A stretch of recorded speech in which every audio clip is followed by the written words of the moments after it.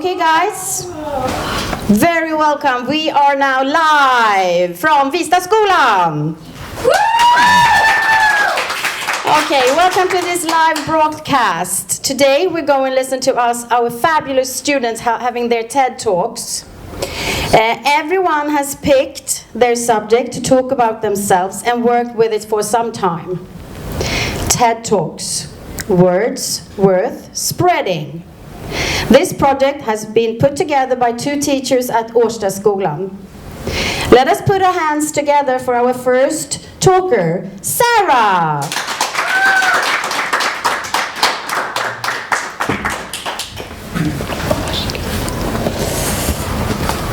Do you know how it feels to not be able to think about anything other than your homework and all the upcoming exams you have? Do you know how it feels to constantly feel worried about your grades? Do you know how it feels to turn to another person just because of the stress? I do. Hi, my name is Sarah. The school puts way too much pressure on students to memorize information and then spit it out on a test. But after that, all the information is gone. It's just a lot of memorization and stress. To change your whole life around because you're trying to handle stress from everywhere. Home, friends, family, and school. We're supposed to learn in school, but all we are learning is how to memorize stuff and then write it under pressure. Let us say, to get an A as your grade, you have to get A on all the courses. If you, for example, get 4 A's and 1 C, you lose 2.5 points. When I went to the 8th grade, I knew that I had 1.5 year left to get great grades. But now when it's less than a half year left, I can feel the pressure.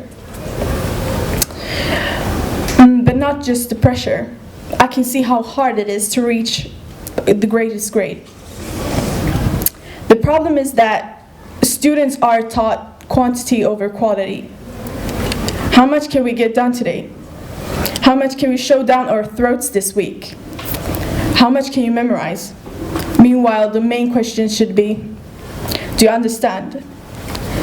What do you need to spend more time on? Instead of longer hours and more work, we should be taught less concept but more in depth, so we are able to understand better and learn more in the long run. Teachers constantly remind us of studying at home, or should I say, they are reminding us that we have to memorize stuff until the exam day. Test us with tests, but the finals are never final, because they never prepare us for the biggest test, which is survival. Thanks for listening.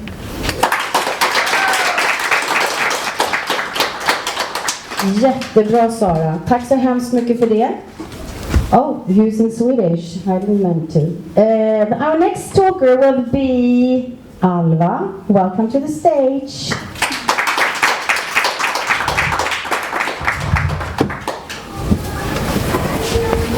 Hi, my name is Alva. Do you know how it feels to have no strength to wake up in the morning? Do you know how it feels to be hunted by things that people tells you is the most important? Do you know how it feels to see others' success while you don't? We all reach that point sometimes when we don't have the strength to keep fighting. We all know that feeling when it's too much pressure and it's just dragging you down for every day that's passing by without noticing it until you're on the bottom. In 7th grade, I was starting to come behind in school without noticing, and everything started to fall in pieces. It didn't take a long time until I had so many F warnings. Actually, I was that person who didn't give a shit about anything at all. It's really hard to work your grades up when it's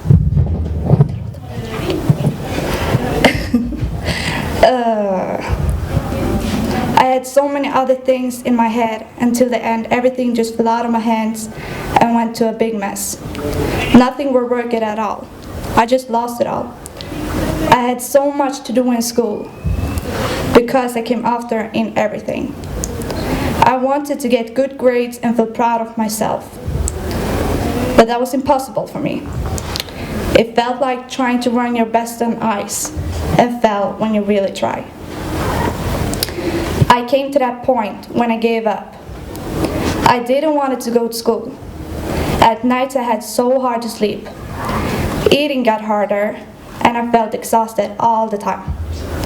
I felt like being hunted by every paperwork that has to be done. Luckily, I've got help from a great teacher. She helped me through that period that changed my whole schooling.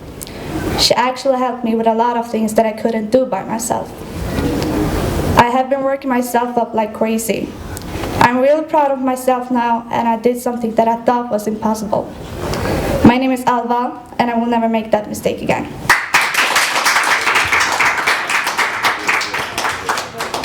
Thank you so much, Alva. Now we're going to listen to a new person. That's Ava. Give a hand for her, please.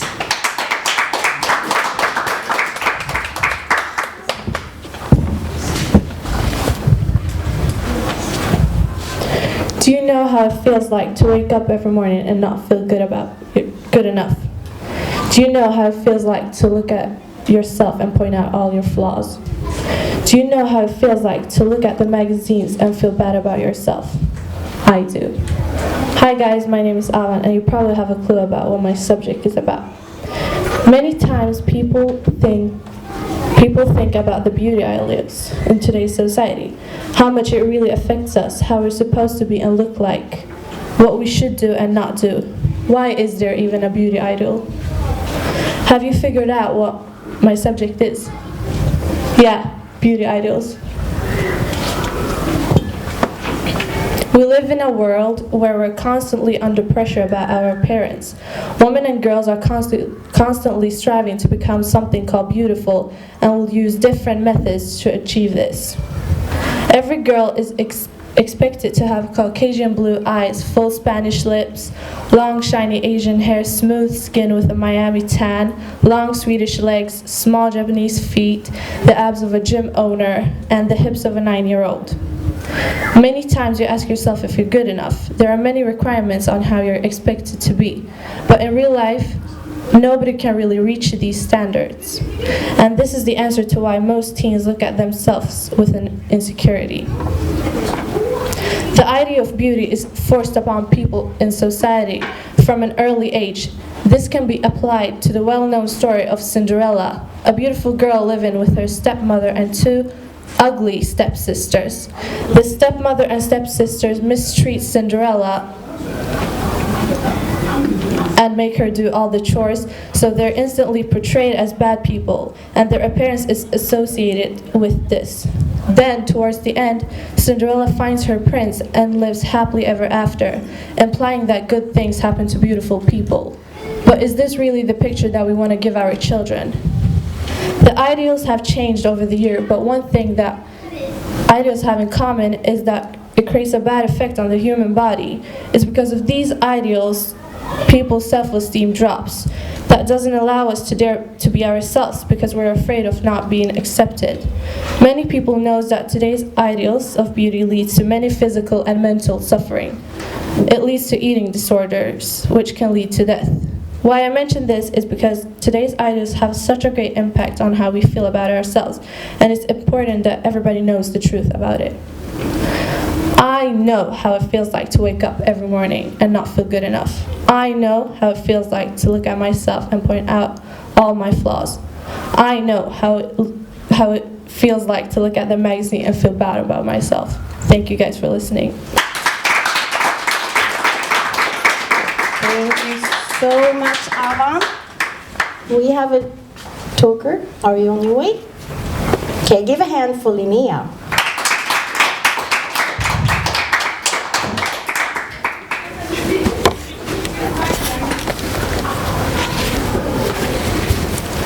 Hi, my name is Linnea. Do you know how it feels when your parents want to talk to you about something important? Do you know how it feels when someone close to you has got sick? Do you know how it feels to pray for someone so much that it hurts? I do. I still remember that feeling when they were going to tell me that important thing. So important that I knew I wouldn't be able to handle it. 2nd of February was the day when my parents told me that important thing. They told me that my aunt had got breast cancer. To be honest, I really didn't know how to react. I didn't know so much about cancer and what it really meant. Cancer do make really much pain in the world. And by that I mean only I knew 4 people who've been affected by cancer. In Sweden it's around 85,000 people who've been or are affected by cancer right now. Then imagine how many people in the world who've been affected by cancer. When I think of cancer, I'm not just thinking at the person with cancer. I also think of the people around the person. Think of all the children who have no mother or father, unfortunately because of cancer. Or the people whose children, or the parents whose children died of cancer. Like I told you, cancer can make real much pain in different ways. So, do you know how it feels when your parents want to talk to you about something important? Do you know how it feels when someone close to you has got sick? Do you know how it feels to pray for someone so much that it hurts? I remember when my dad told me to hug my grandpa.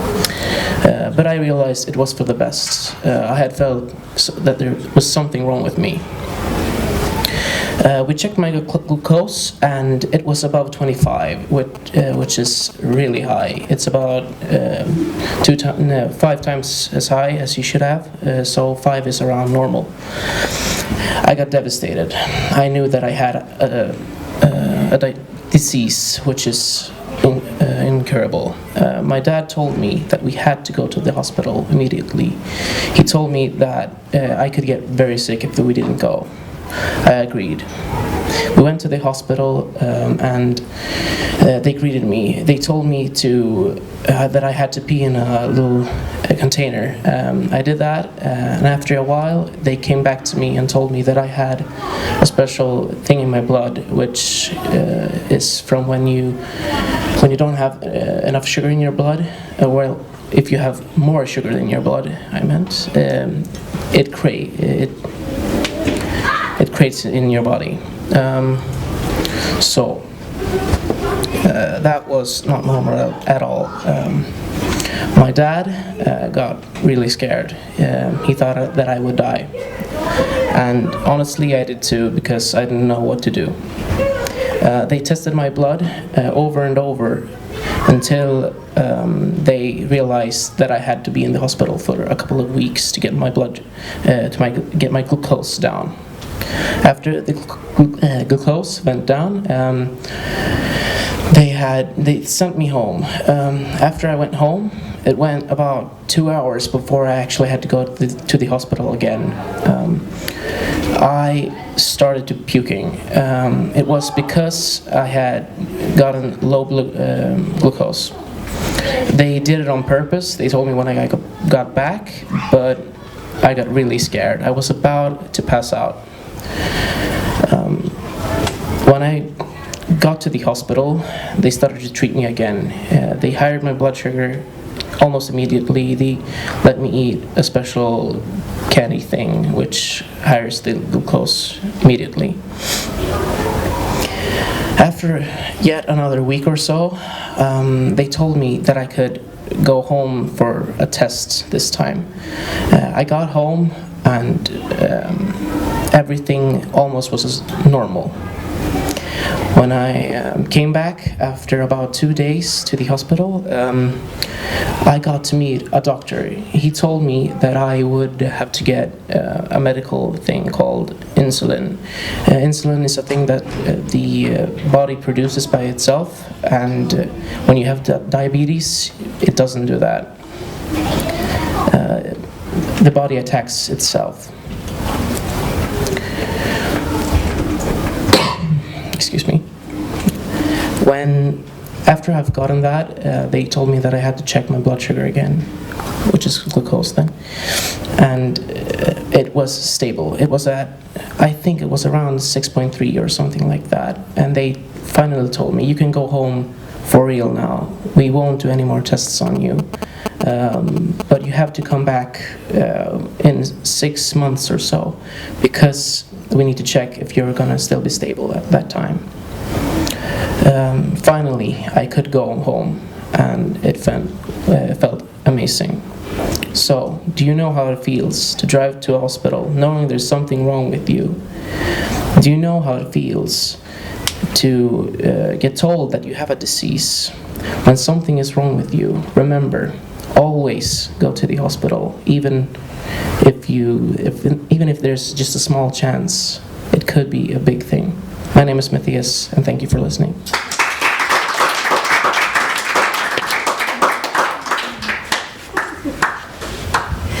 Very good, Matthias. Thank you so much for that. Now we got a nice little girl. You're gonna do your talk in Swedish, right? Welcome everyone to Jasmine.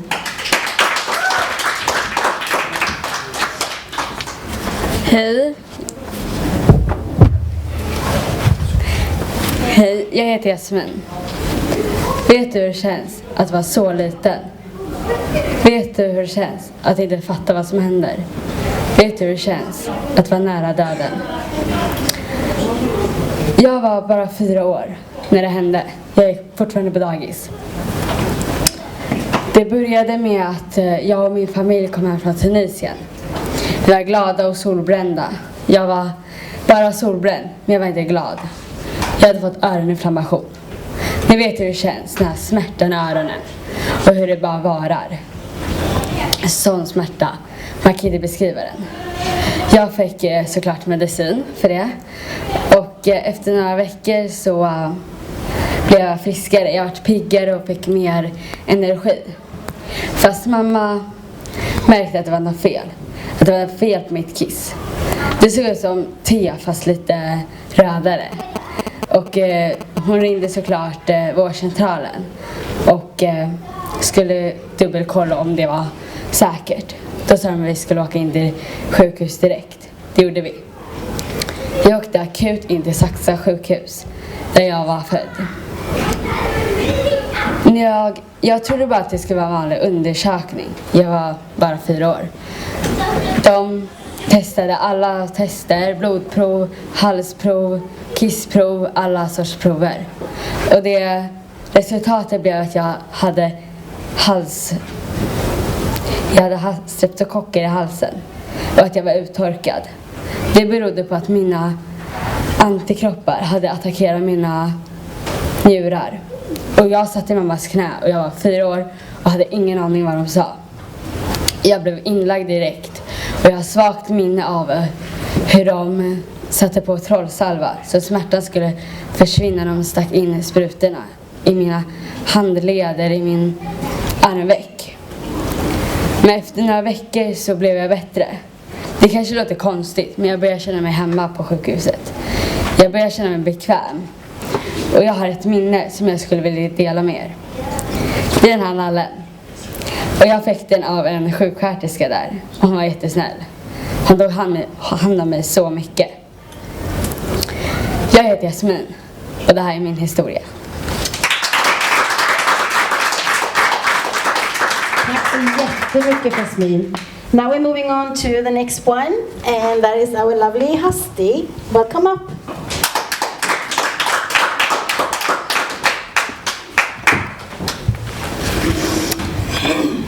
Hi everyone, my name is Hasti. Do you know how it feels to be locked in the middle of 2 different age groups and not fitted in any of them? Do you know how it feels to not be young enough to go out and play in the playground, but still not be old enough to, for example, drive a car? Do you know how the insecurity feels? The frustration of never knowing what is appropriate for your age? How childish you're supposed to be or how adult you're supposed to act? To feel like no matter what you do and how you act, there's always going to be that someone who's going to tell you that you're too young or you're too old for that. I remember remember about a year ago when I got told by my parents that I had to watch over my siblings while they were outside playing. And I remember that I really wanted to do something else, so I didn't really have time for that. So I went and I complained to my parents and I asked them why I needed to be the one to watch over them and why I couldn't go out and do the stuff I wanted to do instead. They then told me that you're almost a grown-up and you have to act like it. They told me that soon I'll be an adult and therefore I needed to show them that I can take responsibility. I got that. I thought, okay, so then I'll have to show them that I can take responsibility. So I did. And the more responsibility I took, the more grown-up and adult-like I started to feel. But then the times came when I felt like I was getting told the opposite of what my parents had told me. I remember about a year ago when I asked my parents for a raise on my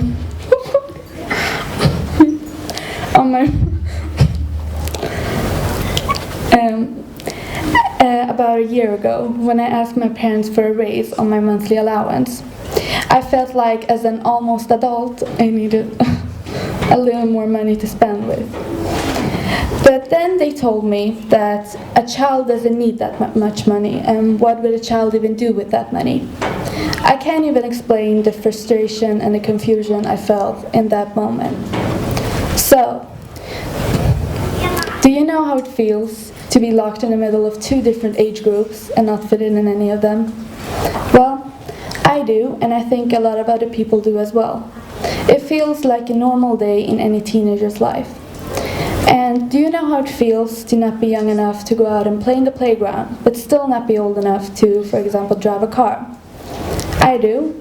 It's annoying and it's frustrating, and it makes you feel like you're just stuck in a part of your life where you can't really do anything, because whatever you do, you're either too young or too old. And at last, do you know how the insecurity feels? The frustration of never knowing what act is appropriate for your age? How childish you're supposed to be or how adult you're supposed to act? Well, I actually think you get used to it after a while. It might be a little hard to adjust in the beginning, but with time you will learn how you're supposed to act. I would like to end this speech with a quote that I found a few weeks ago by an anonymous author that said, "Teenagers are the most misunderstood people on this planet. They get treated like children but are expected to act like adults." And I really thought that quote was spot on. Thank you.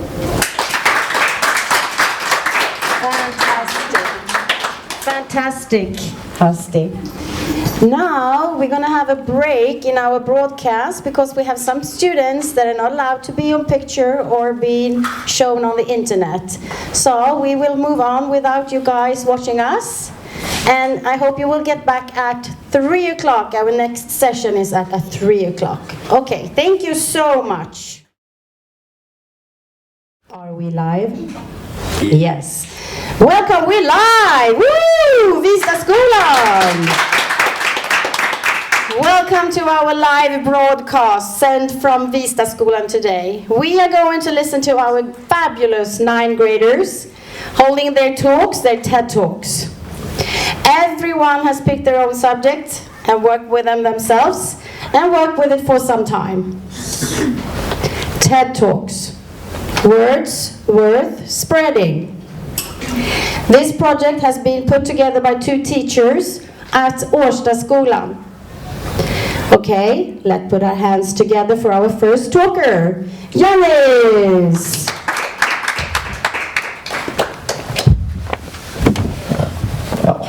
Hello.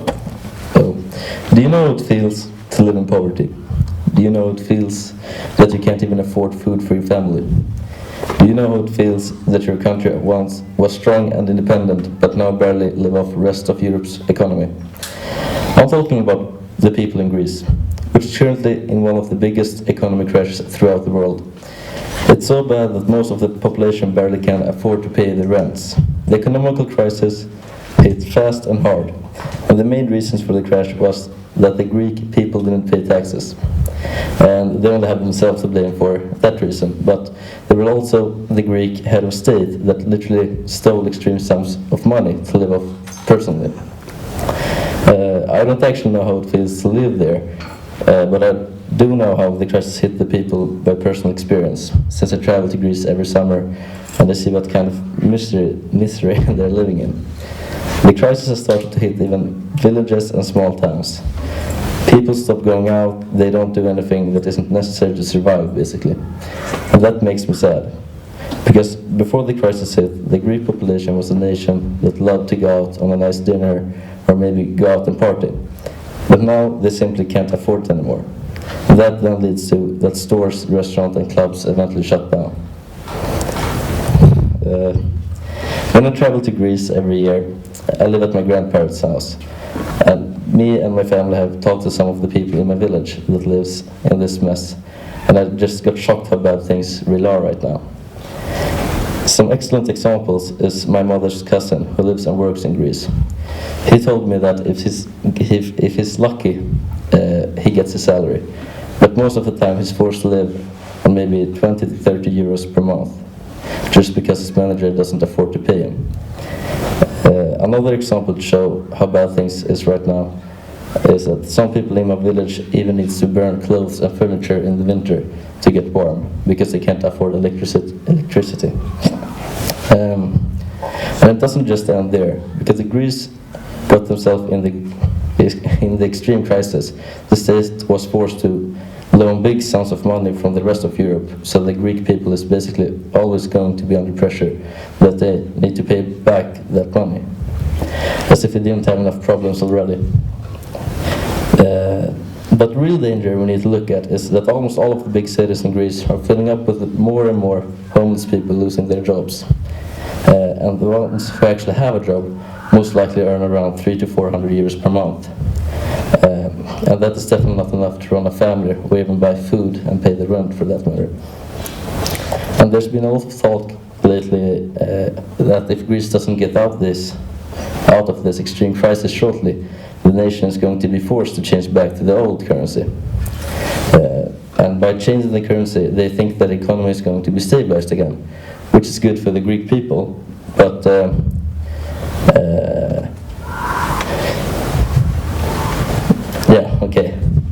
But the problem is that Greece is playing a big part in Europe's economy since it was one of the first countries to use euros. So basically, if the currency is getting changed, we're most likely going to see a bit of other countries as Italy and Spain going into an even deeper crisis. And that isn't good, because you don't want more and more European countries to go in crisis. So just think of all the people that once was successful and had plenty of money and just lived normally, and now all of it is gone. So my name is Janice, and I believe that Greece will make it through the hard times and grow the great nation it once was. Thank you so much, Janice. Now we know all about Greece. Now we welcome up our next talker, Mr. Matti. Give him a hand.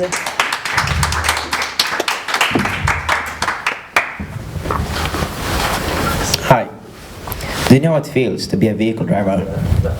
Do you know what it feels to lose control of a vehicle? Do you know what it feels the responsibility of a vehicle in your hand? I do. Today I'm going to talk about the risk you take when you're out driving. I have a vehicle called moped. Most of you probably know what that is. It's a cross with two wheels, pretty much like a motorcycle, but 10 times weaker and 100 times unsafer. I've been driving my moped for about 3 months, but it feels like a year. Why it feels like years? Because I've been through a few experiences. I've been in accidents, I've seen accidents, I've seen the good drivers and the bad ones. The bad drivers are those who doesn't give a shit. Those doesn't go after the speed limits, they pass other cars very fast, and yes, they bump into you. So what I mean with bump into you is, let's say I'm driving about 40 km/h, then another car comes from behind me, let's say 8 km/h, and 50% of the time the car hits me on my left shoulder. And let me tell you, it doesn't feel comfortable to get hit by a car 8 km/h. So what I'm trying to get out of this is, that you can't trust all the drivers out there. I'm not saying all of them are bad, but it only takes one bad driver for a bad accident. It only takes one bad driver for someone to get hurt. It only takes one bad driver for someone to get into hospital. It only takes one bad driver for someone to die. I'm not saying I'm the perfect driver in the world. I'm not saying there are any perfect drivers in the world. What I'm asking of you, be a good example for the new drivers, like I was, and like your children is going to become. Why I'm asking this is because this affected me a lot from the beginning. When I saw the other drivers, let's say, drive over the speed limits, pass other cars, do things they're not allowed to do, then I thought, how does it feel to go over the speed limits? How does it feel to pass other cars? How does it feel to break the rules? Let me ask you a question. Was that person a good example or a bad? Let me tell you straight up, no, that was not a good example. This isn't something one person can change. This is something everyone has to put in effort for and work for, to be a good example. My name is Matti, and drive safe. Thank you so much, Matti. Now I have to thank you. I have to think about how I drive now. I can see that. Okay, guys, thank you so much. Now we have a next talker, and that's Mr. Dava.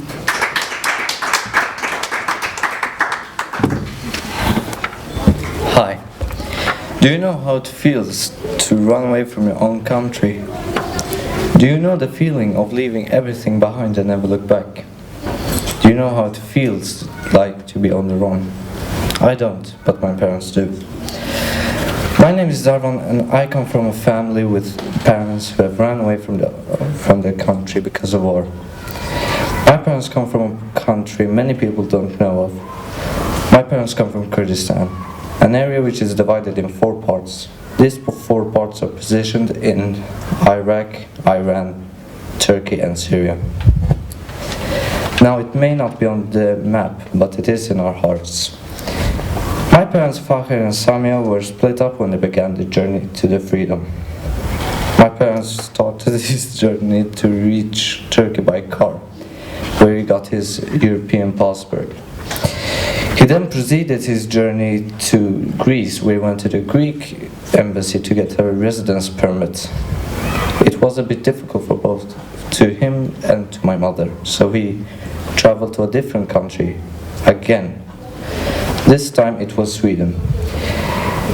It was Sweden that he chose to try, where he went to his residence permit to get where he got his residence permit by the Swedish government. By this time my uncles were living in Sweden, so my father stayed at their place. When my father came to Sweden, he felt like he was free, like a bird in the sky. But there was still one thing left to do. He had to get my mother to Sweden, which happened after 6 months of work. In Syria, my mother had to go to the Swedish embassy to get the permit that my father sent her, so she could too travel to Sweden. After a long time of work and waiting, they finally got to be together. And it was a very difficult choice to make, to leave your own country behind, to leave everything you ever built up in your life, to leave your family and to leave your old life behind. It's not easy to leave everything behind. To be honest, I know that I couldn't do it. Think that this happens every day in the world, and it could be even more difficult to others who flee their own countries than the example that I gave you. Now, do you know how it feels like to run away from your own country? From now on, when I personally hear this question, it feels like the sadness wants to take over my body. It feels like I want to cry, I want to be happy. I have every emotion in my body. And most of all, it gives me sad feelings of what could have happened to my parents, and it could be worse to others to flee their countries. Like I said, this has many emotions in it, and it wants to practically make me feel any emotion there is in the world. And this kind of sadness that I told you about it's always inside of me every time I see my family. It was a quote that I got from a wise friend. It was, "You only live once, so take all the chances you get to improve your life and fear nothing." Thank you. Thank you so much, Darvan.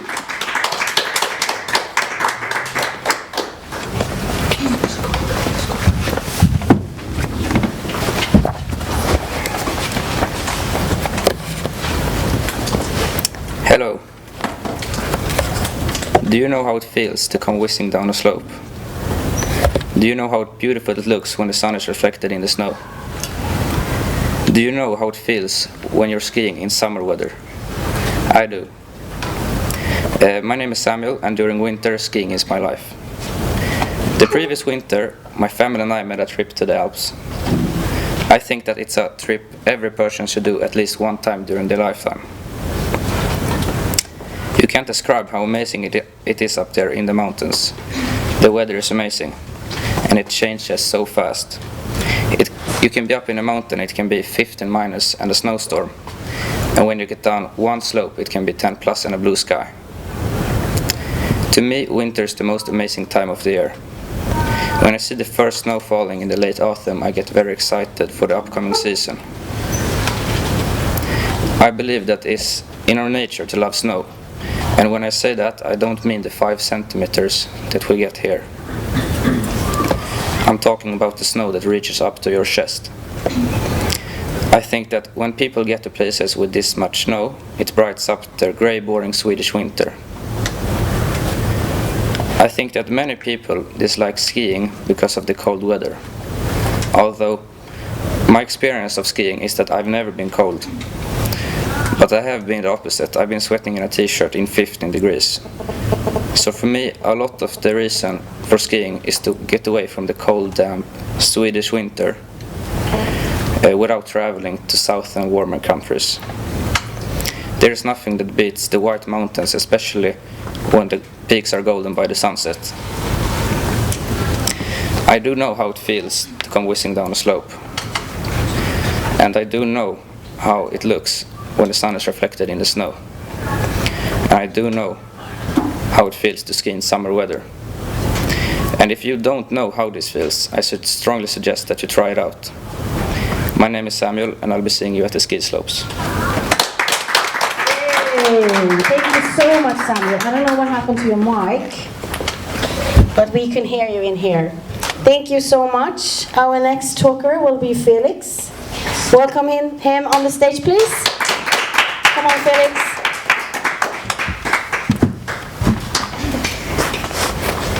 Hello.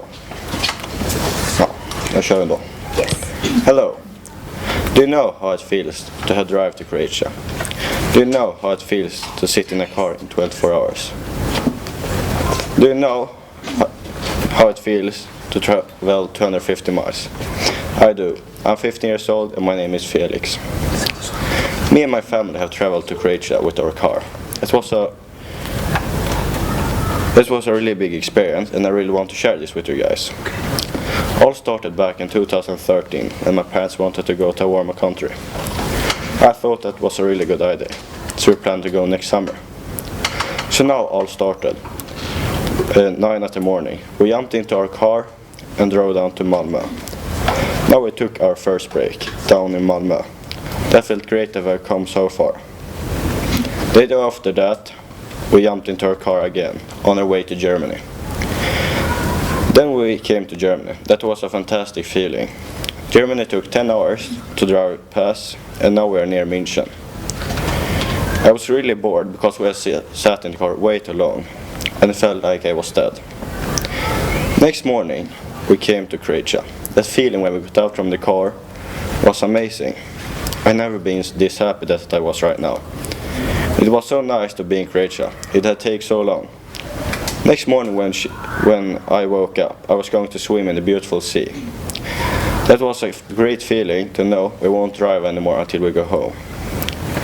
Do you know how it feels to drive to Croatia? It feels beautiful. It feels like my body is flying inside me.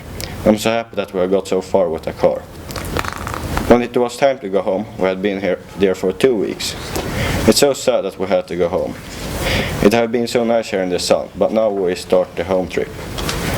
We came to Germany, and we were really sad that we were on our way home. And I wanted to go back to the sun. The next day we sat in our car again, and it still were boring, just sitting and listening to music. And then we came to Sweden. That felt okay that we are on the way home now. Then we finally got home. It felt great to be home. Everything were normal. No more long car trips for a long time. I really want to do this again because this was a big experience and I discovered really much. So the question is, do you also want to go to a warmer country? If you want so, I recommend Croatia for you.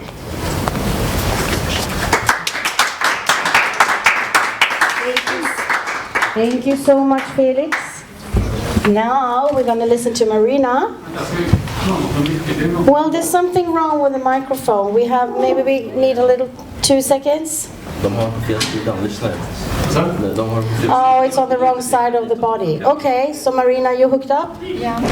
Okay, you got the microphone? No. Okay, you can use this one. Okay, welcome Marina once again.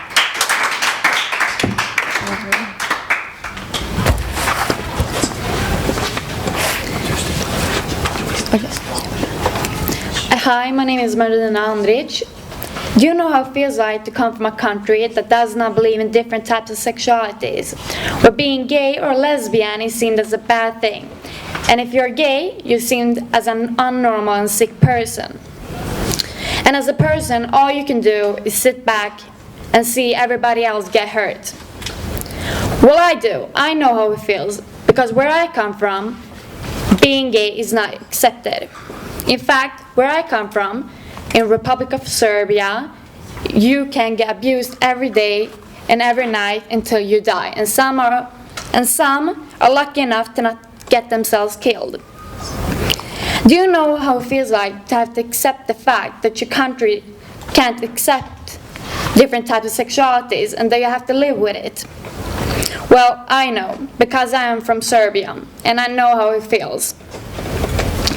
I know that everyone knows and they are aware about the conflict and how much gay people has to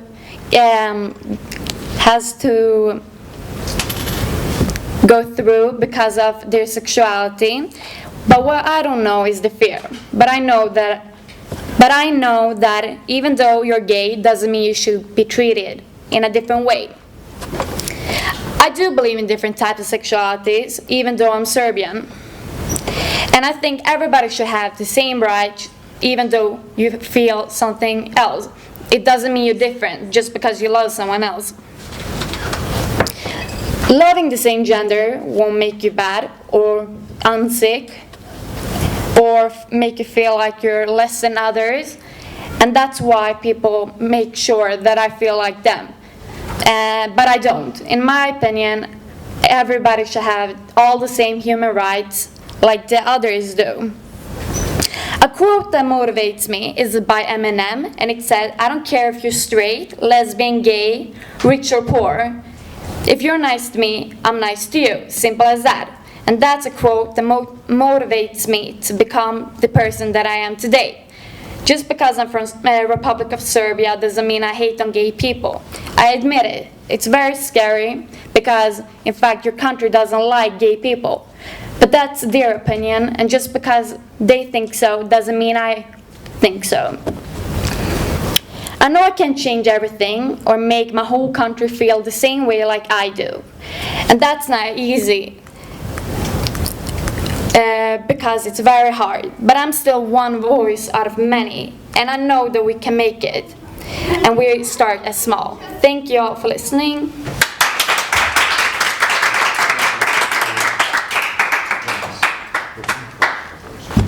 Thank you so much. Now we're going to go to a pause because we have some talkers that are not going to be on camera. And we will be back at 4:15 for the next session. I hope to see you then. Bye! Hej! Nu är vi äntligen live again! Welcome! Welcome to Vistaskolans broadcast live! Whoa! Today we're going to listen to our fabulous 9th graders having their TED Talks. They have been working with them for a couple of weeks, picking the subjects themselves. TED Talks, words, birth, spreading. This project has been put together by 2 teachers at Årstaskolan. Let's put our hands together for our first talker, Bella!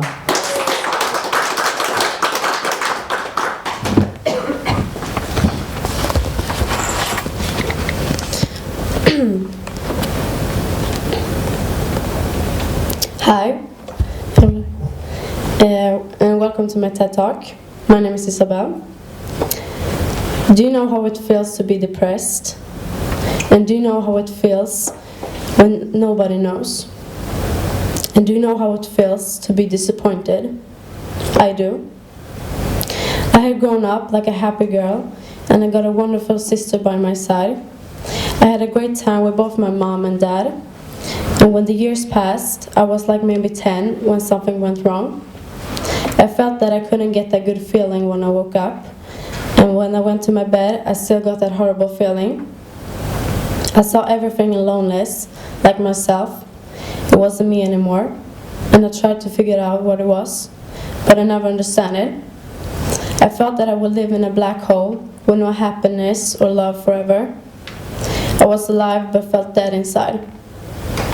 And I think that nobody saw that I felt like I did. Because when I went through this period, I still got a smile on my face, still got a dream to be better, and nobody saw the other side of me. So, do you know how it feels to be disappointed? Because I do. I live with my dad far away from my mom, because I met a new girl. Maybe I missed the time we had together, but at this time it was good for everybody. 1 week with mom, 1 week with dad, and it worked. We got new rules at home, and I think that was the start when we lost everything. Maybe I forgot myself and everything around me, but before my dad lost himself, I still was me. I don't know what it was started from. Maybe it happened when he changed it, on a negative way of course, and when I still wanted him back, but then I did a mistake to stay too long. In years of depression, we had a great time when we lived together, and I know why we had it. When I felt depressed, the first feeling I got was no feeling for anything. I couldn't stand up for myself or nobody around me. I felt that I would be fine if I just listened to them, just take the bullshit and swallow, like it never happened. And they never saw the other side of me. I remember that I wished every single night for mercy. I begged to feel alive again. I didn't care of the clothes I got. I put my glasses on and I went to school every morning. In school I was really fine. I was happy and my dad didn't come too early to get me home, so I was in school very late. And then I had more time to my friends. But I still had that feeling. The only thing I said to myself was, one day I will wake up from this. Because when I was with my friends, I left everything at home and I felt a little more better. Without them, I wouldn't make it, and without hope, I wouldn't make it. I woke up one day and I felt free. I stand up for myself and my sister. These weeks was horrible now.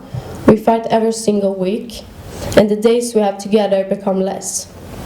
And all this just because I felt something again. Now I'm angry, sad, and so fucking happy. I changed from that day because of myself. And like I said, I know how it feels to be disappointed, because they never saw the other side of me. And they will never understand why I was angry. Because they have more time to blame on me than to try to understand that it wasn't my fault. It was theirs. I still laugh like today, like tomorrow, and like every day. Even if I'm the happiest person or the saddest, I will always try to have a smile on my lips, because it's the only thing that makes me moving on. We all have something to live for, even if you don't see it at all times. It's ourselves and people around we are living for. And if you're searching for a person to change you, then you gotta take a look in the mirror. The last thing I wanna say, that I hope that everybody understand that even if we have bad times, try to smile even if it's hard. Try to learn from these days and try to live like you always wanted. And I'm happy to standing here today. All I have is my one and only true family, people I love and myself. And like Karen Hackle said, even in darkness clouds, respects of joy. Out of the darkness comes light, just as days follow night. My name is Isabel and I'm still smiling. Thank you. Thank you very much, Bella. Very good. So good to listen to you. Okay, let's welcome the next person, please. Give a hand for Alva.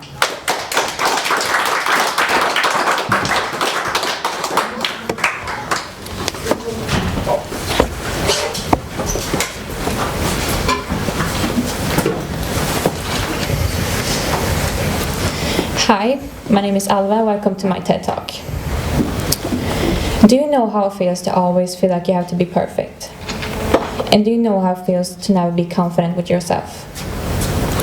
Do you know how it feels like to know that you maybe never will? I don't know if you do, but I does. We got a big problem in our world today, and that problem is the beauty ideals. The expectation of how every girl and boy should look, and it's pretty crazy. But one thing I don't really understand is how people are thinking. How should every person on this planet look exactly the same, and how can that be the expectations? I think we all can agree on one thing, and that thing is that the ideals and the society really affect us today, no matter what, if we want it or not. It's just something that's really hard to avoid, and almost impossible. We see it in our school, in our phones, and everywhere. So yes, I would say it's possible. I've always gotten bad self-confidence when it comes to how I look. And I don't care if someone says that I'm ugly or that I'm pretty. I don't. And that's just something that belongs to my personality. I can't say that I don't care about the ideals, because I do. And when you're in our age, it's hard to avoid, like I said.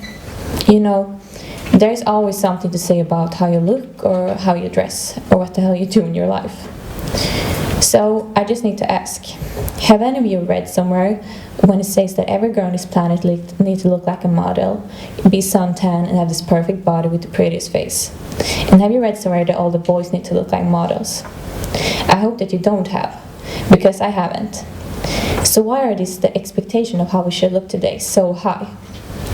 When our society make all these models and famous person to role models, it's not so weird that they become the idols. The weird thing of it all is that it starts in young age, and it becomes more usually with the years. Young girls start to think about how they look more, wear makeup, and sadly some even are getting sick and eating disorders. I mean, when I was 9 to 10 years old, I didn't care how I looked, and I played with my friends every day. Today's 9 to 10 years old girls are like some of the girls in our age. It's pretty crazy how much the society changed over the years. But I hoped it would become better. But I doubt that now. Something that made me strong during my years is that I've been through both my best friend and my sister when they got sick and eating disorders. It was hard for me to experience, because I couldn't do so much. The only thing I could do was to be there for them. So I felt helpless, but it made me grow as a person as well. And we can't say that the beauty ideals are the only reason to eating disorders, because both of these girls have been through difficult times in their lives, and that's also one reason behind it. The beauty ideals are only just making it harder for those people. My confidence isn't the best, and I know that, but I've learned something during my years, and that is that I don't do anything for somebody else. I dress how I want to, and I look how I want to, and I don't care what other people think. But the most important thing of it all is to feel confident with yourself, which is something I'm working on. I used to tell myself, believe that you can and you're halfway there, because beauty comes from the inside and it's about having a pretty soul. Do you know how it feels to always feel like you have to be perfect? And do you know how it feels to never be confident with yourself? Do you know how it feels like to know that you maybe never will? Yes, I do know how it feels. So if you maybe feel like I do, just remember that nobody's perfect. Thanks for listening. Thank you so much, Alva. I enjoyed listening to you. Now we got a guy up here in a few seconds. Come on, Seth. We need you here. You're welcome. Okay, welcome Seth to the stage.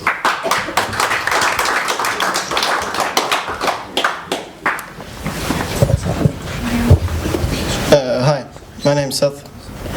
Do you know how it feels to change school? Do you know how it feels to leave a place you've always been going to? A place almost counted as home. Do you know how it feels to later come back to that place and notice all the changes? I do. For me, this topic is quite difficult to talk about, but I will try my best. And it was quite a happy feeling coming back, but more about that later. Firstly, when I changed to a new school, I noticed how different things were done and how people were. At first, things felt good, and the many new good friends I met boosted that feeling. After some time spent in that school, I started to notice the flaws and how much some things were too different from the ways I was used to, and that scared me somewhat. When I grew older in that school, I learned more and more about the school and my friends, how bad the school actually was, and how my friends started becoming bad persons. I became very sad, seeing the devastation around me. I myself became more and more distanced from everything, investing every possible second to playing video games. Some might say I was depressed, but I couldn't notice it myself. Things just went more and more downhill after I got older, and so in the 5th to 6th grade I started not caring about school and other social things. In the middle of this mess, I still did not notice how much I was failing at school, and I also started having problems at home, because my mother started seeing how bad I felt, and we started arguing about everything. This plus my problems at school made me stop going to school, and eventually when I got my grades, my mother couldn't handle it anymore. She couldn't handle it because she tried her very best to make me feel better. We tried it for me. I started to understand why I went to school, and understood again how it felt to go to school and not feeling terrible about it. I myself had a lot more energy for everything because of this. Do you know how it feels to worry about feeling bad every day because of school? Do you know how it feels to feel happy again going to school? Do you know how it feels to start a new chapter in your life? I do. My name is Seth, and I thank you all for my time, all of your time.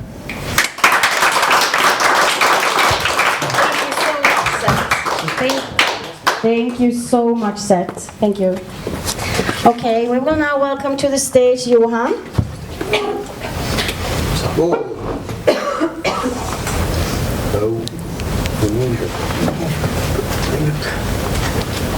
Okay, let's give a hand for Johan.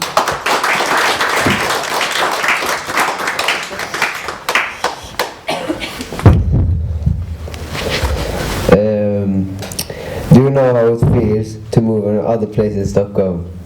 Do you know how it feels to leave all your friends and met them many years later? Do you know how it feels to take a bad way? Well, I know. Yeah, it was a hard time for me. I took wrong decisions and I took wrong ways and made wrong decisions. It was very easy to get trouble. I grew up in Rågsved, a place where everybody have a bad reputation. Teenager who was between 16 and 20 years old, who didn't sport or training, have a drug problem. They met in the middle of the night and did their thing. But I was a little kid between 9 and 10 years old. I loved to train boxing and didn't like drugs. I loved to be with my family and do boxing. After 1 year, I stopped the boxing and took a bad way. My mother didn't like this place, so we moved to Huddinge, Visaberg. I moved school too and moved into Videotaped. I liked the school, but I saw the pupils didn't act like me. Everyone was calm and I was very disturbed, and I killed with people and expect that they would like it. But even if I start in school,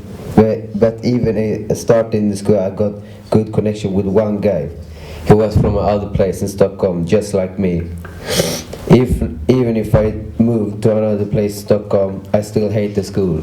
I could never like the school, even if I be beaten by the teachers. But I'm still trying. I hate the school, but I do my best. Now I'm 6 years old and make good decisions. And I have a lot of friends in the school. I'm safer. When I moved to Vistaskolan, I start from the beginning and work up all my way up with all things I have missed in the other school. My mother likes Huddinge more than Rågsved, and she wants to stay here. Other children who live in not good place, just like Rågsved, have not so much money to move. The parents don't have works, and they just sit at home and do nothing. The children is outside and just hanging out with their friends and do criminal things. Eventually you grown up and know what's wrong and what's right.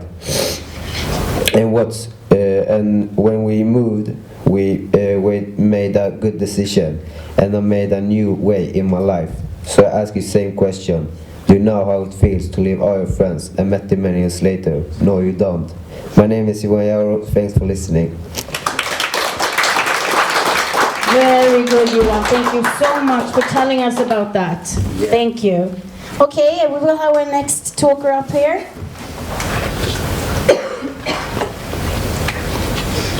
Our next talker will be Eric. Give him a hand, please.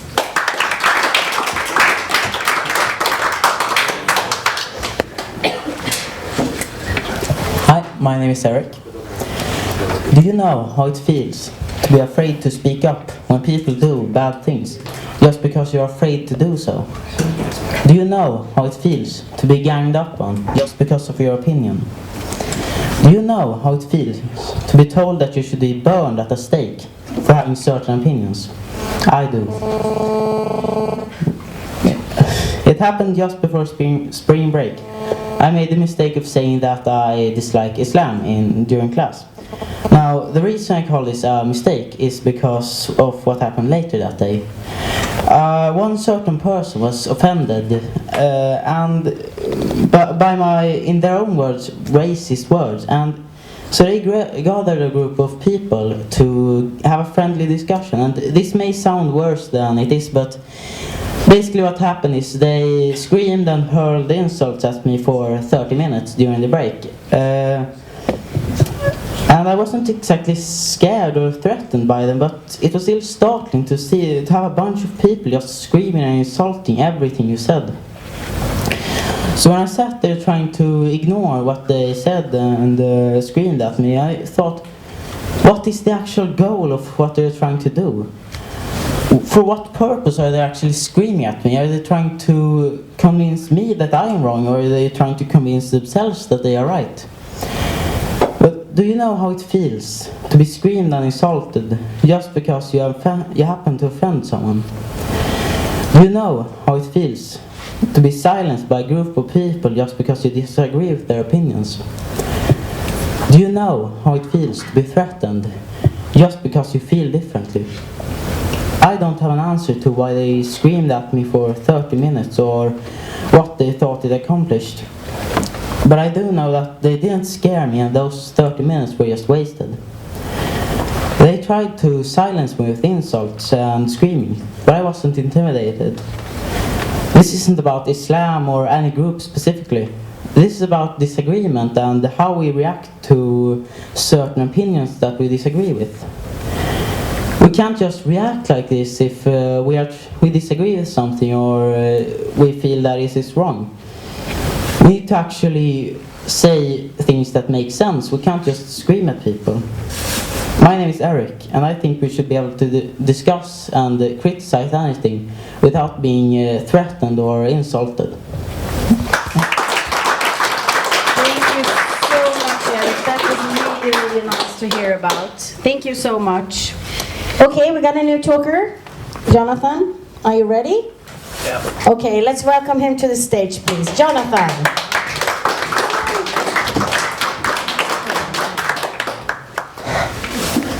Hello, my name is Jonathan, and I'm going to talk about an important game in my life on our road to the Swedish championship title.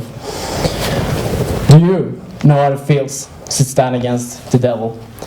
Do you know how it feels to be alone on the pitch? Do you know how it feels to be the last man standing? Well, I do. My goalkeeper friend, Simon Axe Rice, well, his name is Axe Riise, well, stood against Iko Frey and won with 7-0. Now it was my turn to shine. We met LKAK in a decisive game in the Swedish championship in floorball. Do you know the feeling when some people want you to fail? This game, it felt like the final. In halftime, we were in disadvantage. They led with 2-0, but with my lovely team, they're a really good team, we turned the tables. We were in the lead.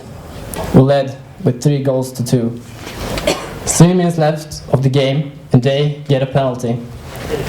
Do you know how it feels when everyone relies on you? Do you know how it feels when there's no one left that can help you? Do you know how it feels to almost have a nervous breakdown? The pressure, it was like a ticking bomb inside of me, and the bomb would explode any second from now.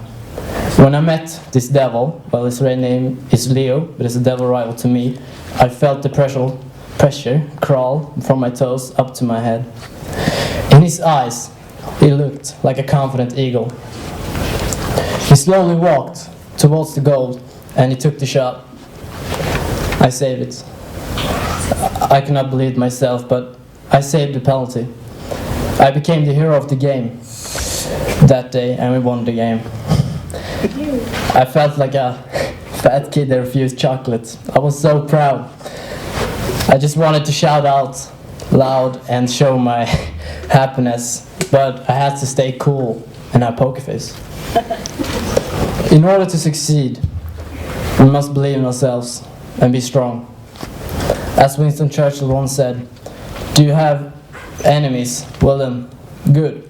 That means you have stood up for yourself or stood up for something sometime in your life. My name is Jonathan Anderson, and I talked about the game, one game to our road toward the Swedish championship title. Thank you very much. Thank you so much, and congratulations for your title. Okay, guys, this was the ones that we are allowed to send and broadcast live. We are going to listen to some more talks, but unfortunately we cannot broadcast them, and we have the full respect for those people.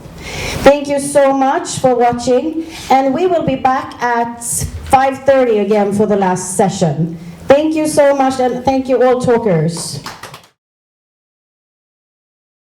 Let's go live. Welcome to Vistaskolan, sending live. You are so very welcome to our 9th graders holding their TED Talks for you tonight. This is our finals for the project Tala som TED. TED Talk is a convent during 1 week held in US. It's held twice a year. People holding speeches in front of an audience. Speeches with ideas worth spreading, as they put it themselves. People such as Bill Gates, Michelle, Barack Obama, and even Jamie Oliver have spoken at these convents. TED equals technology, entertainment, design. Attendees have described it as the ultimate brain spa. These speeches are videotaped and put on web pages for everyone to see. And we do see them in school. And you students, you love to watch these and listen to them. This particular project is put together by 2 teachers at Årstaskolan, and we have been working with it since Christmas. They do it with mostly 6th graders and in Swedish, and we translated to do it in English for 9th graders. I think that fitted us very well. So, once again, very welcome to our broadcast. And we will welcome our first talker to the stage, Please, everyone, give a hand for Denise.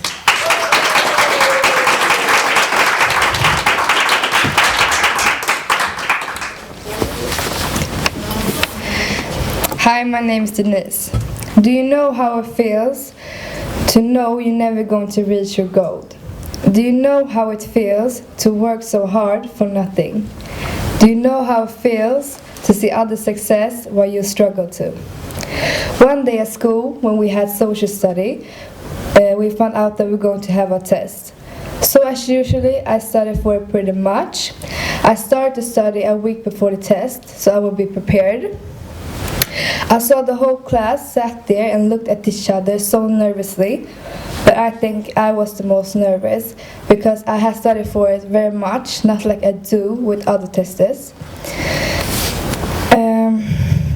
The teacher was just about to hand out the test. I was just staying on my bench, just praying and hoping that the test would go great, that I would get a B or at least a C.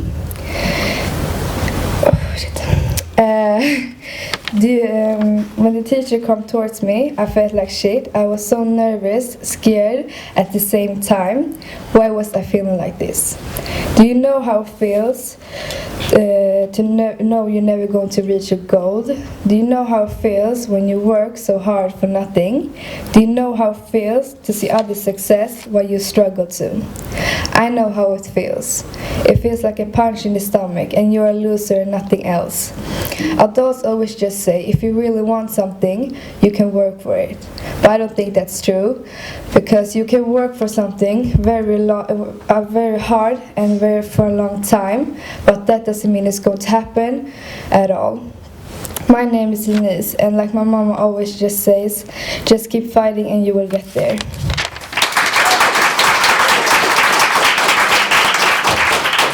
Thank you so much, Denise. Now we will welcome the next talker to the stage. Please give a warm hand for Moa.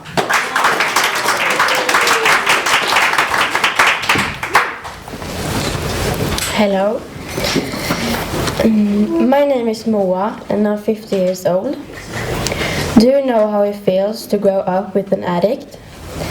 Do you know how it feels to have such a strong bond with your father and after a couple of years just wait for him to call you? Do you know how it feels when he actually calls you and your heart skips a beat? When you have to think for a minute because you don't know whether to pick up or not, because you don't know if he's sober or wasted. Trust me, I know. You may think that this talk will get too personal or too sensitive, but I had to talk about this for acceptance for myself. When I was younger, I didn't really know what alcohol or drugs were. I just knew that something was really odd about my father that made me embarrassed. Me and my father have always had a strong connection.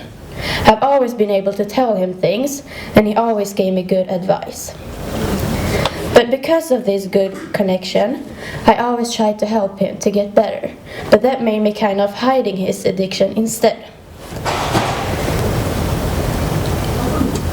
I wanted to protect him, and I didn't want anyone from the outside to see what was actually going on when he wasn't sober. When I were about 6 or 7 years old, I still didn't really know what was wrong with him. So instead of accepting that he was sick in some kind of way, I got mad at my mother for trying to tell the truth. I were only a child, and I still am. I can't help my father. I can't make him choose his children instead of a bottle if he doesn't want that. Because, let me tell you, this is the thing about addicts. If they don't want to get better, they won't. Just because it's such a strong disease. Those who haven't known an addict won't ever understand how much it affects the people around them. But do you know how it feels to grow up with an addict? Trust me, I know. I know how it feels to see and go through things a child shouldn't. I also know how it feels to have a mother who plays both roles. I know how it feels to congratulate your mother on Father's Day because she simply has been like your father too. Do you know how it feels to see the sun after a rainy day? Trust me, I know. As the well-known writer Douglas Adams said, I may not have gone where I intended to go, but I think I have ended up where I needed to be. After all these horrible years, including breakdowns, lies, and disappointments, I'm still trying to accept the fact that my father is sick and I can't help him. This has not just been a frightful part of my life. I've learned a lot from my experiences. I've learned that I can't help everyone. I've learned that I have to take care of myself. I've learned that you cannot trust everyone, and sometimes not even your family. I'm still trying to find a way to apologize to those I've hurt while I was hurting. My father made me go completely crazy and made me into someone I was not, without even knowing it. But I'm happy I'm out of that now, because I finally understood that my life is about me and not about my father. My name is Moa, I'm 50 years old, and my father is an addict.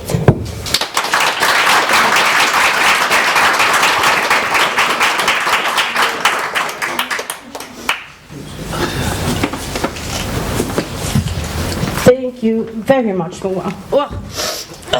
Thank you for sharing your story with us. Oh. Thank you, Moa. Okay, we will move on to the next lovely lady, and we will welcome Nancy to the stage. Please give her a hand.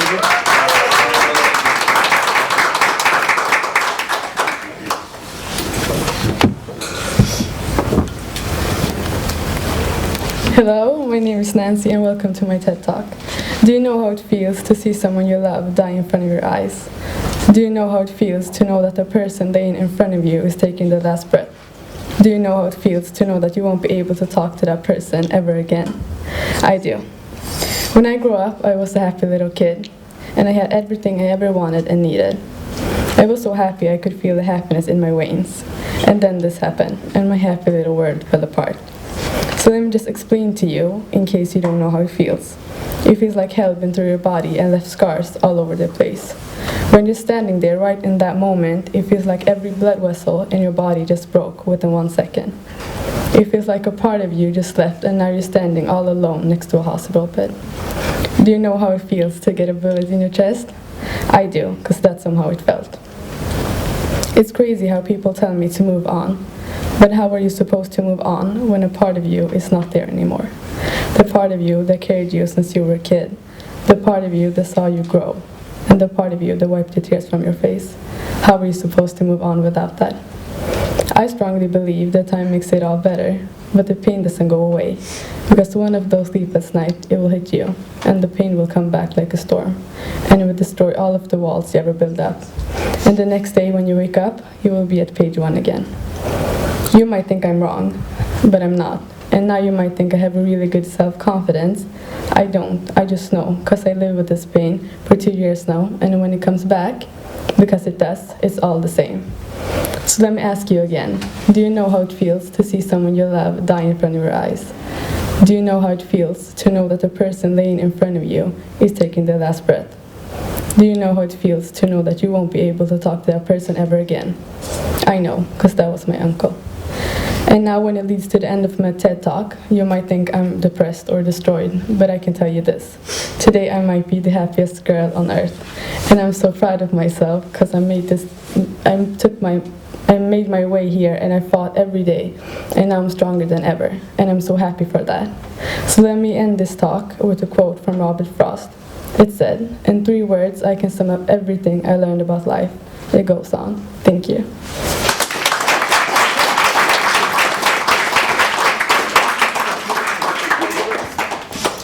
Thank you so much, Nancy, for sharing that story too.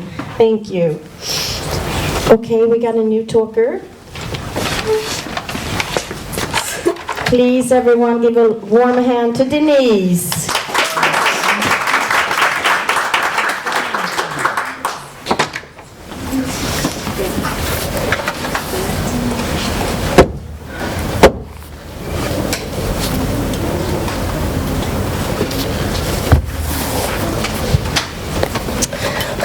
Hello everyone, my name is Denise. Welcome to my TED Talk. Do you know how it feels to lose someone close? Do you know how it feels to know that you're never gonna talk to that person again? Do you know how it feels to miss someone? I do. It all started from nowhere, like it always does. Nobody knew when it started or why it started. Lady now, please everyone welcome Angela to the stage.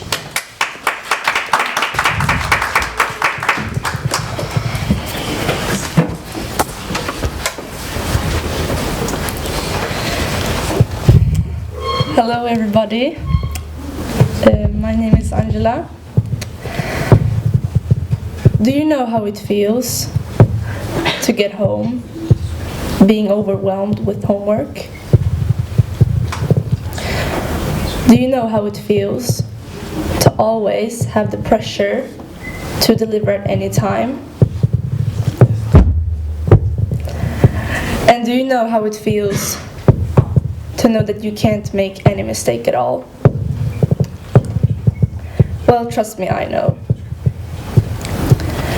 I remember when I started the 7th grade. I was actually looking forward to start junior high school, getting grades, get to learn new students in my class, and finally have new teachers. I mean, going from the primary school to something so big as junior high school, how cool wasn't that? For me, it was like changing the environment from something so childish to something so grown up. If you look back to this time in your life, I believe we share the same thoughts and experiences, because the only thing you wanted to do so bad when you were little was to grow up. Well, it was a really huge difference between these two phases for me. I was so happy that in the meantime, there were no possibilities of thinking about the disadvantages of starting junior high school, which has affected me even today, like the pressure, lots of homework, national tests, and not to mention the part where you're about to choose the right high school. In other words, reality hit me hard, and starting junior high school wasn't a piece of cake. Do you know how it feels to get home, being overwhelmed with homework? Do you know how it feels to always have the pressure to deliver at any time? And do you know how it feels to know that you can't make any mistake at all? When I get an A on a test, I'm feeling amazingly and unbelievably happy. Knowing that my hard work really paid off, that's the best feeling in the entire world for me. Despite these extraordinary days, there are also those days when I'm completely failing on a test and really didn't achieve the grade I was aiming for.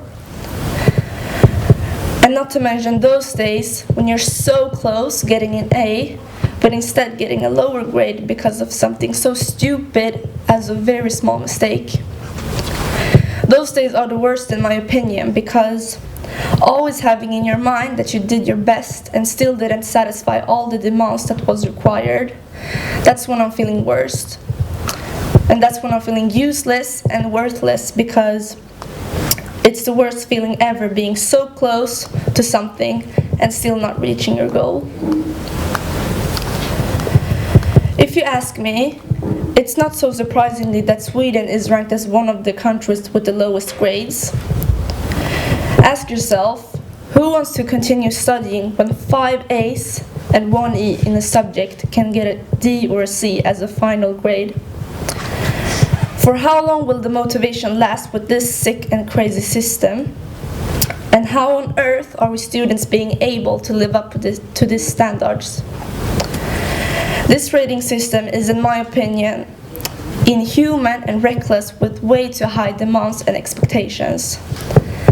Especially when you're only 15 years old and your whole future education is at stake.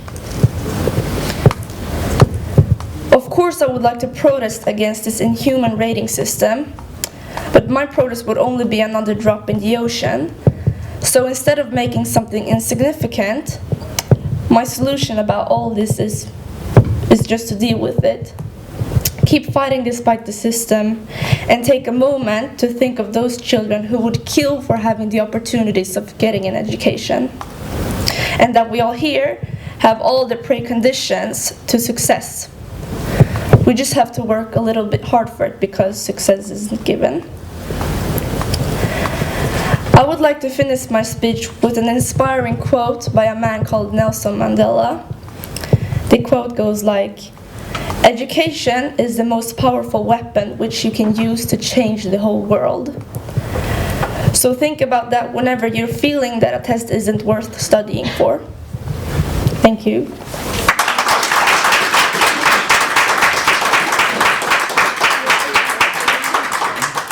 Thank you so much, Angela. Now we know how it feels to go in school these days. Are you ready? Yeah. Okay, welcome him to the stage, please. Hello everyone, my name is Roman, and I'm here to talk to you guys about a very important experience in my life. So let's get started. Do you know how it feels to lose almost all of your friends? Do you know how it feels to leave your old life behind? Do you know how it feels to leave your home? Well, I do. I remember that my mom once came into my room and she said that she's about to ask me a very important question.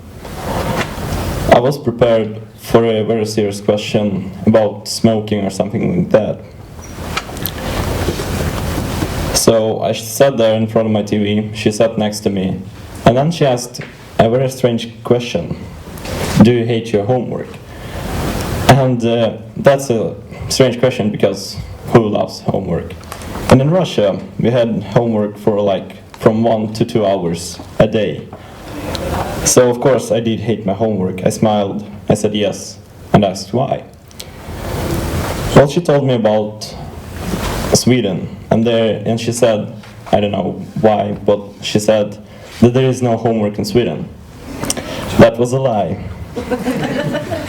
Well, anyway, I believed that. So I was impressed, and I wondered why does she tell me that? And at that moment, she asked me if I want to move to Sweden. So do you know how it feels to lose most of your friends? Do you know how it feels to leave your old life behind? Do you know how it feels to leave your home? When I made that choice, I was so excited. I felt like a kid who was about to receive a candy. When I moved, I felt empty. I had no friends.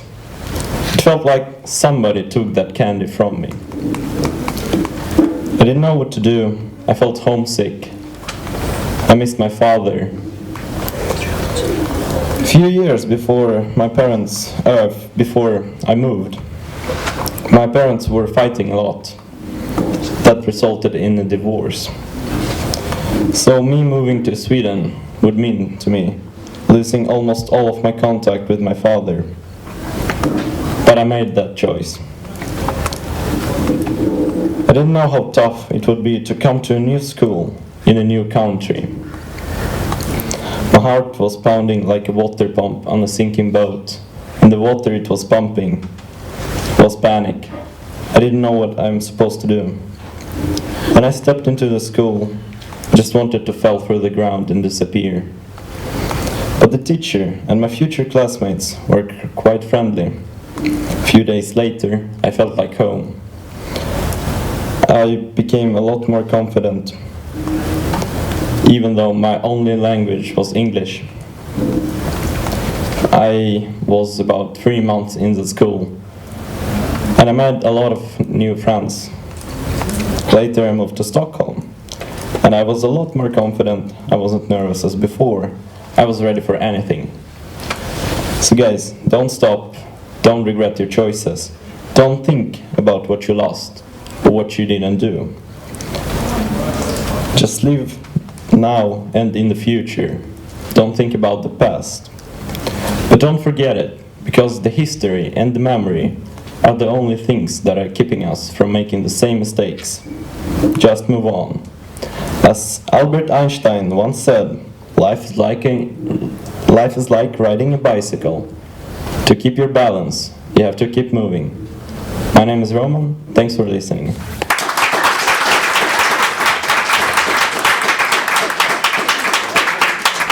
Thank you so much, Roman. I feel a little bit wiser now, actually. Thank you for that. We got another guy talking to us now. Please give a warm hand for Andreas.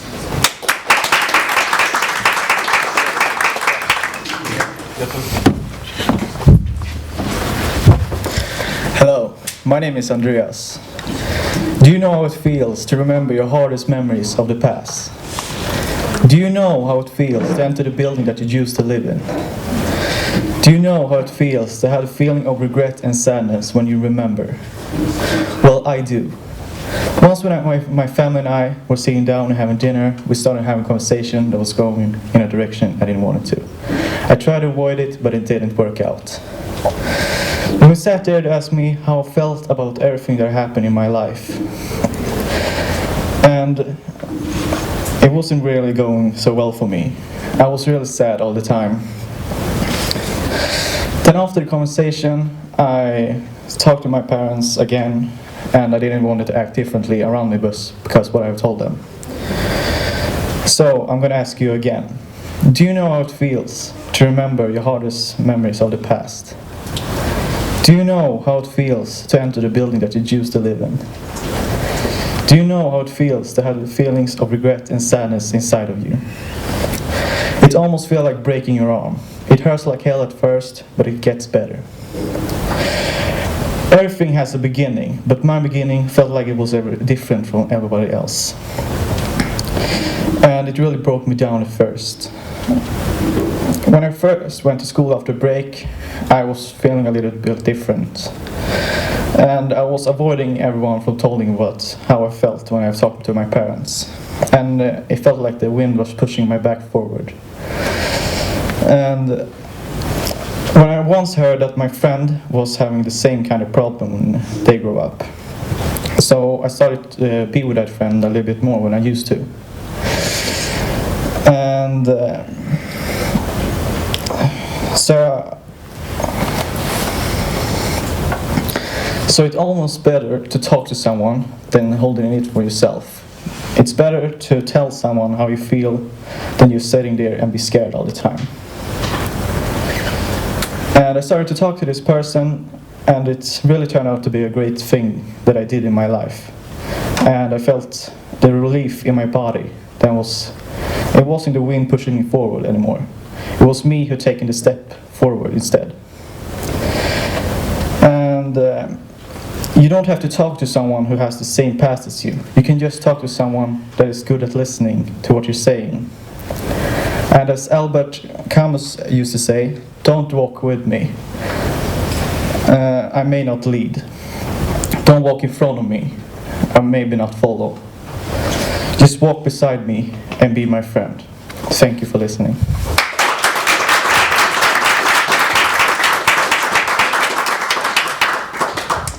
Very, very nice. Interesting to hear that. The next person we will listen to is Samir. Please give him a hand.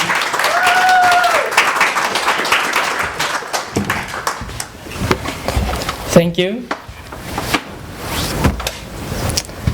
Do you know how it feels to break your arm? Do you know how it feels to ride an ambulance car? Do you know how it feels to be hospitalized? Hello everyone, my name is Samir and I'm going to tell you how it feels to get through an accident. I was 7 years old when I went sledding with my siblings and a friend. I started with the small slopes and from there I worked my way up to the top. A few minutes later, I reached the top of the mountain. I sat down on my slide and I released myself. I will never forget the speed I caught on the way down. The wind was blowing through my hair and the sun was burning on my ice-cold red cheeks. Suddenly, my slide tripped on a rock and I heard a crack somewhere in my body while I was smashing to the iced ground. I could not identify the location of the potential fracture. Suddenly, I felt a major stroke of pain throughout my arm and into my chest. Believe me, I tried to lift my arm, but the pain was unbelievable and indescribable. I stood up and I worked my struggling way home. Do you know how it feels to break your arm? Do you know how it feels to ride an ambulance car? Do you know how it feels to be hospitalized? When I came home, Mom was worried. She was very worried. She kept asking questions like, "What happened? Are you okay? Should I bring you a glass of tea?" The comforting smell of cinnamon rolls struck my nose and comforted me over all the pain. An ambulance car rolled up in the parking lot. Now wasn't just Mom worried, I was too. I was terrified. So I felt like there was an unpleasant knot in the pit of my stomach. The emergency room was crawling with badly injured people in comparison to my injury.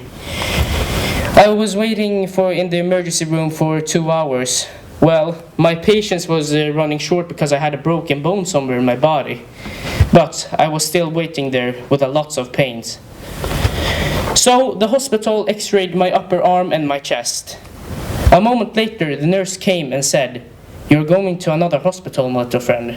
We don't have enough of resources for your injury at this hospital." So my hand had now swollen up and it was as red as a tomato with a hint of purple.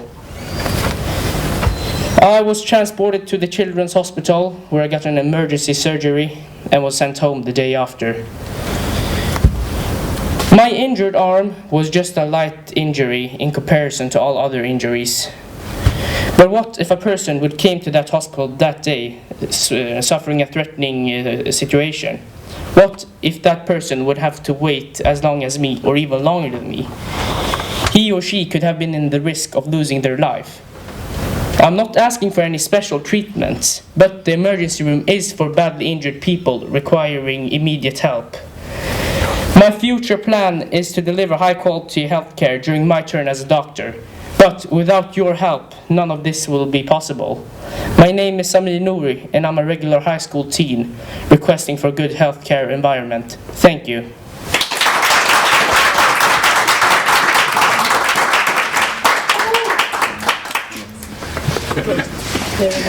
Thank you very much, Samir.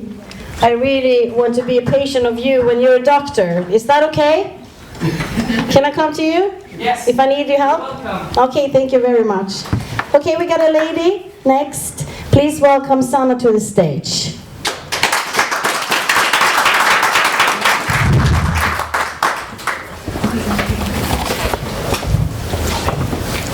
Hi, my name is Hanna, and for the following minutes I'm going to talk about something that has had a big impact on my life. Do you know how it feels to have a huge pressure on yourself to deliver top results all the time? Do you know how it feels to cry in the bathroom in school after taking a test? Do you know how it feels to feel like a failure but no one understands why? I used to love school when I was younger. I liked to be educated, didn't really mind the homework, and had all my friends there. I mean, I packed my school bag the second week of summer break, 8 weeks early. School was pretty easy back then, and I'm grateful that I can say that. But then I started 7th grade, and from nowhere, these small letters called grades came along. It was never an option to not do my best, so I just continued to work hard. But hard work was something completely different now compared to middle school. School was not so easy anymore. I walked out of 7th grade with pretty decent grades that I had worked hard for. I studied every day, weekdays, weekends, and even breaks. For someone who's aiming for A's, that's the only way to do it. But it was tough to get home from school every day, only to continue working. It became my after-school hobby, like someone else might be playing soccer. The only difference is that a soccer player usually likes to play soccer. Did I like studying? Not so much. In 8th grade, it became even worse. The school system started to expect more from me as a student, and the teachers now knew I was willing to work hard. I didn't want to let them down, of course not. But do you know who had the highest expectations on me? I had. No one judges you harder than yourself. I knew if I got a low grade, I had no one but myself to blame. It felt like I was expected to do well all the time, both from teachers and classmates. But I don't think they understood how hard I actually struggled. How was she struggling, you might think? But I think I somehow fight the same fight as someone who's trying to get an E. I know how it feels, at least sort of, and I feel with you. Sadly enough, my struggle made me angry, and I let my anger out on the one person who did not have these high expectations on me, my mom. I'm sorry. I yelled at her and cried a lot during 8th grade. Slowly the self-control I had in 7th grade to get home and study started to fall apart. And when I started 9th grade, it was completely gone. Do you know how it feels to have a huge pressure on yourself to deliver top results all the time? Do you know how it feels to cry in the bathroom in school after taking a test? Do you know how it feels to feel like a failure but no one understands why? I do, and I think a lot of you do too. So since I started 9th grade, my motivation to do schoolwork has been down to 0. I still expect much from myself, but I just can't get around to do it. That's why I know how it feels to cry in the bathroom after taking a test. It was this fall. I had studied for the test, but not as much as I would have 2 years ago. After taking the test, I felt like I could have done so much better, and once again, I was disappointed in myself. For some reason, this particular time was a straw that broke the camel's back, and I locked myself into the bathroom. A few minutes later, I wiped the tears off my face and went to the next lesson. I got an A on that test. That's why I know how it feels like to feel like a failure, but no one understands why. Because an A probably doesn't seem like a failure to someone else, and not to me either. But in that bathroom, I certainly felt like one. And I have to ask, is this how it's supposed to be? Because I know I'm far away from the only one who feels like this. Something has to be done, and soon. But until then, students, keep it up. It will be worth it. Thank you.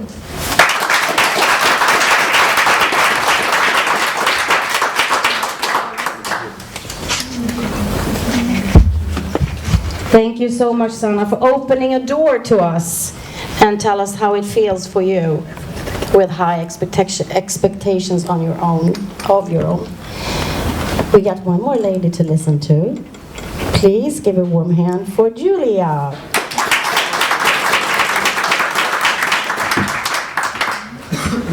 Hi guys, my name is Julia, and you are very welcome to my TED Talk. Do you know how it feels to have a friend? Do you know how it feels to lose that friend? Do you know how it feels to lose your dog? I do. When I was born, my family was me, my mother, my father, but also a little dog named Bella. She was about 1 year older than me. She didn't talk, but she communicated with me in many different ways. When I was sad, she gave me comfort, and when I was happy, she was happy with me. My parents have told me that she guarded me like I was her own little treasure. We had so many memories together. Long walks, picnics in the forest, running around on the fields in the sunlight, cuddling in front of the TV. Yeah, we had so much fun. Do you know how it feels to lose a friend? Do you know how it feels to lose that friend? Do you know how it feels to lose your dog? Well, I do. We grew up together, my good friend Bella and I. I still remember that day when I woke up and I could feel that something was really wrong with her. She wasn't as happy like she used to be, and when you have lived with an animal all your life, you know when they're not feeling like they should. But I went to school, and when I got home, she was worse. I remember that I sat beside her and I hugged her. We took her to the vet and we were beside her all the time. And yeah, I knew that was the end. She was 15 years old. She didn't talk to us, yet she told us goodbye.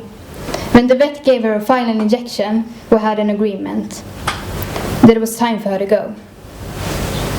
She didn't talk, but her eyes told us, please, it's time for me to go. It's okay. I was totally destroyed. I piece of me was gone. A friend that had been there all my life and shared all memories with me was just gone. And no one can comfort me either, because everyone in the family had the same feeling inside of them. I still visit my little poodle at the pet cemetery in Djurgården and remember all the good times we had together. And now I don't grieve her anymore, but I miss her. My name is Julia, and I know how it feels to lose a true friend. Thank you.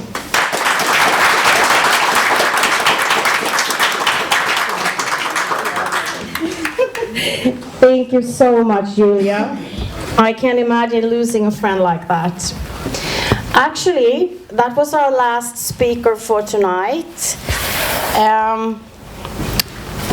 What can I say? What an extraordinary good children we have in our school, in our class. They are really extremely good at English. That's what I think. And it's a really pleasure that they have shared their experiences with you tonight. And not only tonight, they have been sharing experiences and feelings all day since we've been broadcasting since 1:45. Yeah. Very interesting to listen to all of you children. I think we should give a hand to our technicians. Could you please come out on the floor? They have been working since noon today, sending and broadcasting. That's Felix, and we have Samuel, and we have Janis. We could not have done this without them. And back there we have a cameraman, Matti. They all have been helped with Jacob, of course, all week long together with Sebastian. He's over there. She's handling the broadcasting system.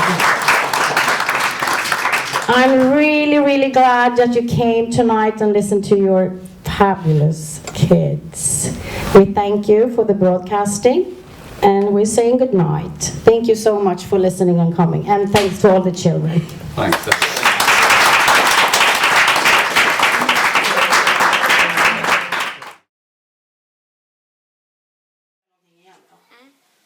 Hej, vad heter du? Hej, jag heter Moa. Har du haft ditt TED-talk? Ja, det har jag. Hur gick det? Det gick jättebra. Hur kändes det? Det kändes jättekul. Efteråt så kändes det som att man verkligen ville göra om det. Det kändes som att man ville spola tillbaka tiden och få en chans till. Wow, var det en skön känsla efteråt? Ja, det var det. Vad härligt. Tack för att du ville dela med dig. Tack. Hej, vad heter du? Hej, Angela. Vad ska du prata om i ditt TED-talk? Jag ska prata om att man ska kämpa för skolan och lägga ner mer tid på skolan. Okej, hur känns det? Det känns bra. Det är inte ett dugg nervöst. Okej, känner du dig väl förberedd? Ja, och Marianne har förberett oss jättebra. Okej, tack så jättemycket. Varsågod. Ja. Hej Janis. Hej. Har du kört ditt TED-talk? Ja, äntligen. Hur kändes det? Det var jättepirrigt i början, men nu känns det skitskönt att allt är över och fick jättebra positiv kritik så det känns bra.